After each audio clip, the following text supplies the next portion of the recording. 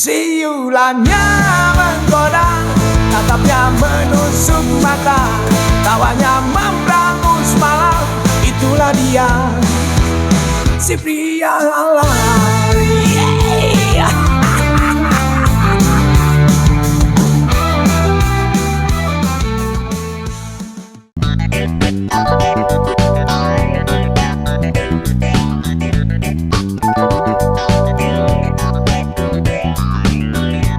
Salam musisi Indonesia. Kita bertemu lagi di episode kedua dari podcast Asosiasi Rumusarindo, Rumah Musisi Artis Indonesia. Kebetulan di episode kedua ini kita menghadirkan salah satu vokalis rock kota Tasikmalaya yang sangat luar biasa. Oke, kita langsung saja berbincang-bincang dengan beliau yang sudah tidak asing lagi di kota Tasikmalaya. Beliau adalah Mang Oboy.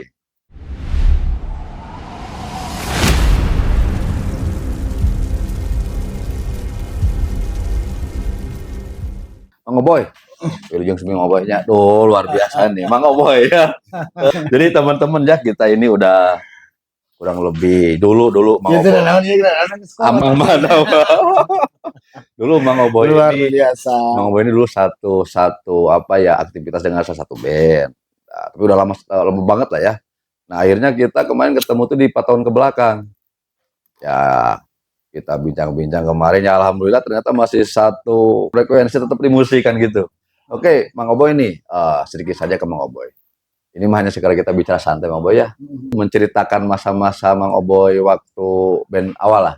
Mangga Mang Oboy diperkenalkan ke teman-teman saya Mang Oboy ya. Oke, sebelumnya saya ucapkan salam santun khususnya penggiat seni musik ya dari seluruh penjuru semesta ini ya. Dari ujung barat sampai ujung timur, utara dan selatan tanpa terkecuali. Mudah-mudahan diberikan senantiasa kesehatan lahir batin. Amin amin. Saya memang besar di Tasikmalaya dan saya mencintai Tasikmalaya walaupun sebenarnya kan saya tak kelahiran mah Garut. Di Nakte mah Garut. Oh, Nakte Garut. Ya. Cuman saya sempat besar di Bandung juga. Ya, di Bandung dan banyak meluangkan aktivitas kehidupan saya sih kebanyakan memang di Tasik. Nah itu mungkin teman-teman ya, ternyata Mang Oboy ini akte lahir orang Garut. Lahir. Nah ini entah bagaimana prosesnya akhirnya sampai di Tasikmalaya, dan kebetulan yang saya tahu ini kita mengupas saja sejarah yang saya tahu aja, karena mungkin nanti Mang Oboy bisa menambahkan kalau saya kurang ya. Nah dulu saya mengenal Mang Oboy ini dengan aktivitasnya, mungkin kita tetap di obrolan musisi. Mang Oboy aktivitas dulu dengan nama band Roak ya. The Roak. Oke, The Roaks ya, nanti ya. Nanti bisa dijelaskan sama Mang Oboy. Karir Mang Oboy di The Roaks lah dulu. Sebenarnya The Roak ini kalau diceritakan cukup unik. Itu berawal dari sejarahnya. Sebenarnya saya tuh supir angkot sebetulnya. Oh gitu ya. Itu iya. Profesi ya. Tadina gitu ya. Oh, pekerjaan. Dan saya terlalu lancang mungkin kalau saya menyatakan diri menjadi seorang musisi ataupun saya vokalis band atau saya penggiat seni. Saya hanya penikmat. Sejarah The Roak itu terbentuk ketika kedekatan saya dengan Dunungan angkot. Dunungan angkot, siap. Dunungan teh nanya saya teh, Mang ini pemain band segala gitu. Saya teh aya reuas mah aya reuas teh karena jujur pada saat itu saya udah berfokus untuk menafkahi keluarga, punya kehidupan yang normal-normal aja sebagai kepala rumah tangga. Jangan gawe gitu. Bahkan saya udah menyatakan sikap saya ingin menjadi supir angkot yang teladan gitu. Ya, karena kecintaan saya dengan armada angkot itu, akhirnya ya ini silsilahnya. Oke. Itu termasuk silsilahnya. Silsilah ya. Ya karena saya nggak mau dicoret-coret. Ya nggak mau, saya itu udah mencintai di situ, mencintai jadi supir angkot. Cuman diingatkan kembali oleh majikan saya pada saat itu, Singkat cerita intinya beliau saya support, kamu ngeband lah. Hmm. Pada saat itu saya itu nggak bisa menjawab sebenarnya. Itu bener atau ente gitu. Karena sempat terlontar juga dari mulut saya itu, bos ngeband mah, ngeband itu biayanya itu wah begini begini begini, karena itu kita udah masuk ke zaman milenial pada saat itu sekitar tahun 2000 ya pertengahan 2008. Sebenarnya sama teman-teman dari kota Ciamis sebenarnya. Oh tadinya. Iya, membentuk itu. Uh. Namanya itu si Cibol. Waduh. Itu dia gitaris yang sebenarnya saya ngefans ke beliau. Oke. Dengan gayanya yang apa Nyentrik lah ya. Oke. Itu terus idealismenya gitu. Dia itu nggak mau diatur. Nah, singkat cerita saya lah konteks ini dengan dalam tanda kutip maaf mungkin kualitas bermusik yang tidak terlalu saya pikirkan, saya perhitungkan. Yang penting dunungan senang aing main gitu. Oh, oke. Dunungan senang kita main. Main. Oke. Wah, dunungan senang. Ya gitu ngejam dan ikut festival kayak gitu, festival. Nah, itu kan memulai karir untuk Nama The Rock lah anggaplah ya. Iya. The Rock ini kan 2008. Nah, setelah itu memang tetap di Tasikmalaya, kan saya dengar dulu sempat ada keluar nih. Keluar kota lah sebagainya, nanti kita bahas lah ya, artinya saya pengen tahu nih perjalanan proses ini gitu loh. Ya itu seperti apa gitu Bang. Jadi begini, kita jalan nih. Nah, di perjalanan itu ya biasalah, bongkar pasang. Personil ya. Ada sebuah bentuk tanggung jawab secara personal saya bersama dengan dunungan ya Kang ya. Karena saya melihat antusias beliau dan kepedulian beliau terhadap saya itu saya peka. Boleh disebutkan namanya Sanamana Sahacik? Namanya itu Kang Edwin dan kebetulan beliau almarhum. Oh, udah. Oke. Jadi nama The Rock itu beliau yang memberi. Dan orang pertama yang apa ya kesannya mencibir. Mencibir dengan nama The Rock itu saya pribadi, Kang. Saya tuh udah nyiapin nih. Zigot. Oh, Zigot. Z160T. Saya udah nyiapin nama grup band itu Zigotnya. Jadi nanti mau di Australia, mau di Madinah gitu saya konser itu membawa Z. Kota Tasik. Lambang Tasik lah ya. Ya, Z. Saya kan sering sharing sama beliau. Saya kan penggemar berat The Rollies lah. Om Gito lah almarhum. Makanya dia ngambil udah aja The Rock. Nah, The Rock itu diambil nama seseorang. Namanya Rock. Menurut cerita beliau itu sahabat beliau. Nah, kenapa harus The Rock? Kamu nanti jadi dengan mengemban nama The Rock, saya ingin ketemu dengan sahabat saya itu.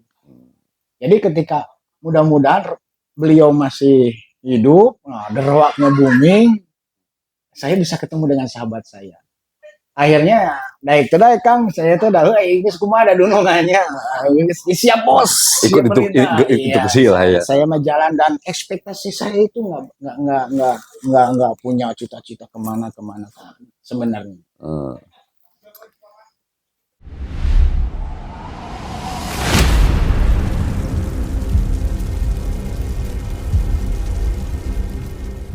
Tiba di satu waktu itu di penghujung tahun 2008 awal 2009-an mulai ke ranah indie. Karena mungkin ada remukan dengan beberapa personil. Ini nggak bakalan maju kalau kita nggak punya lagu sendiri, nggak punya karya segala macam. Berarti posisi udah punya single kah atau baru? Belum. Kita hanya baru ngeband, ngejam. Singkat cerita intinya kita mulailah meraba pada saat itu lagi boomingnya kan kita di Indonesia itu musik Melayu. Kalau zaman-zaman Melayu lah ya kita. Ya, zaman-zaman Melayu kan 2009. Nah, si bos ini itu memang tidak paham bermusik. Terus taunya itu dia penikmat, tapi dia ingin support saya sepenuhnya. Ya intinya support The Rock lah sepenuhnya. Singkat cerita berjalanlah. Dulu kan bikin lagu, tracking satu lagu itu berapa kan? Materi yang harus dikeluarkan itu gimana kan? Saya, waduh bos janganlah, saya bilang.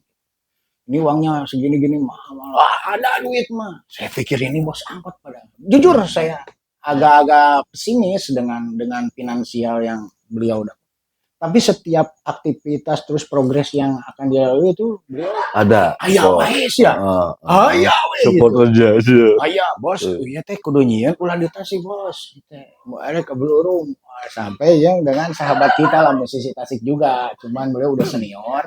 Cuman beliau udah beranjak ke kota Kemang ke Bandung. Dia menjadi musik director di sana. Saya kontak beliau dan juga ada temen juga yang gitaris kita yang Dekat lah, punya kedekatan. kedekatan itu akhirnya dibantu dengan bla bla bla kesepakatan nominal kita bikin lagu lah. Kita bikin Perdana. perdana. Dan itu belum ada ekspektasi kemana-mana. Oke. Bikin single tuh masih poek lah ya. Nah itu berjalan. Nah, kronologisnya nih itu berjalan. Kita itu kan main gitu. Jadi intinya mah kieu kan darurat nu penting mah main. Running lah ya. Running. Nah, momentumnya itu berawal dari ada event salah satu produk rokok. Oke. Di Pasar Wetan. Pasar Kuda. Kuda. Di Pasar Kuda. Eta silsilah.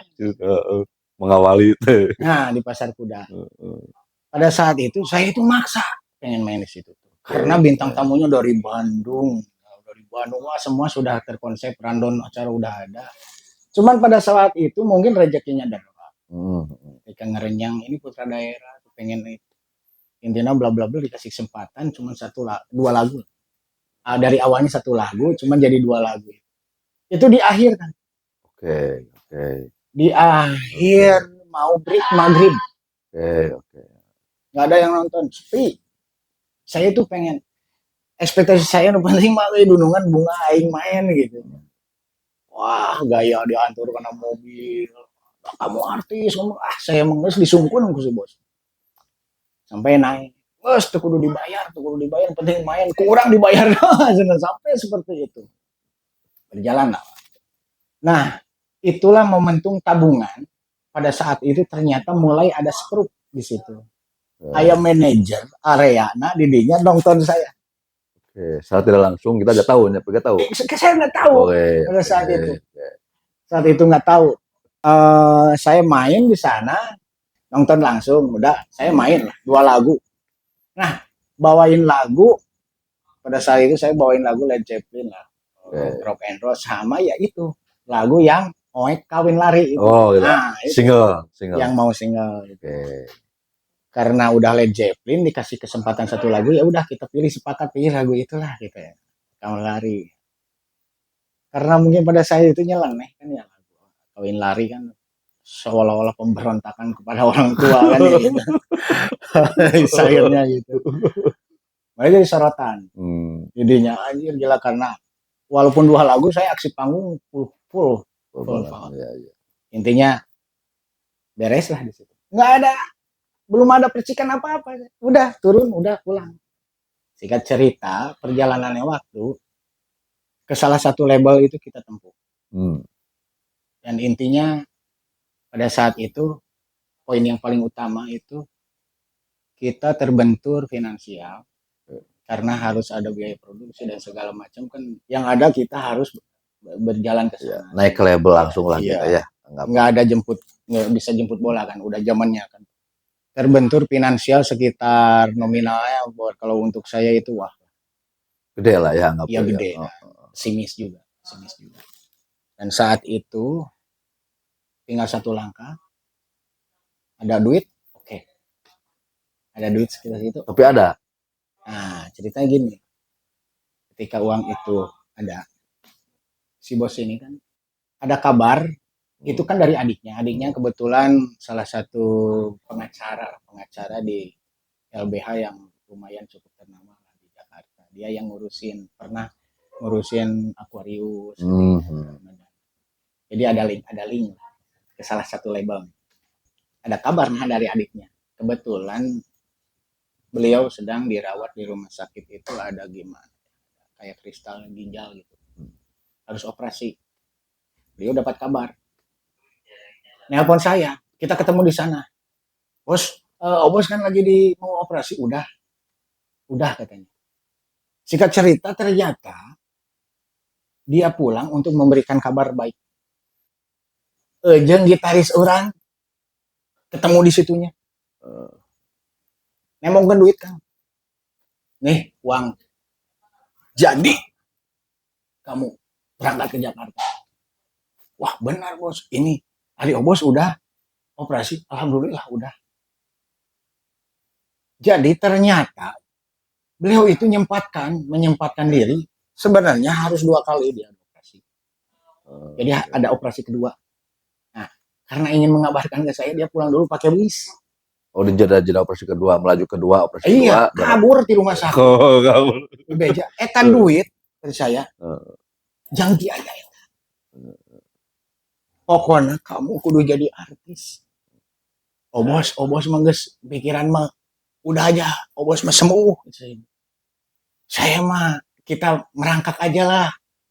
Pokoknya ini uang udah ada anjir, orang terpercaya kan sebenarnya. Bari jeung hate atau aya. Anjir. Sekarang kita real aja bicaranya. Ini kan tentang finansial. Finansialnya udah ada loh. Saya lihat dan saya udah tahu karakter beliau. Ceritanya sudahlah perjumpaan itu. Dia berangkat lagi. Kenapa ke Ciamis, orang Ciamis. Orang Gegempalan. Kasih kedua ayat. Oh, setelah menyerahkan uang berangkat lagi. Nemongkeun. Oke, nemongkeun nunggu Nanti ya. ini saya nemongkeun. Jadi ngaregreugeun urang. Oh, iya. Si naregreugeun urang. Bingung ya. Bingung benar. Beliau berangkat lah. Intinya ke Jakarta lagi lah. Ke rumah sakit mungkin. Rumah sakit. Dan saya dengan bangga baru dapat kabaran ngariung KB duit orang nempo tak saksina ge jeung si Eda karena ada Ada saksi ya. siapkan mental segala macam. Wah, briefing langsung dunia ieu nyata ieu. Bersemangat ketika itu bersemangat. Bikin jas di Mitra Batik. Oke. Urang jang ke Jakarta bikin jas. Transfer. Bayar bikin jas buat 5 orang. Kostum lah ya. Kostum. Jas nate hayang misi Gazakuza. Oke. Serba hitam. Yang ini tadi itu. Pagi-pagi jas jadi. Terus dibagikan, dicobaan. Wah, Mantap. saya Isa. Saya ditelepon adiknya kan.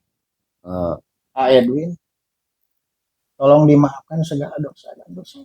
Sallallahu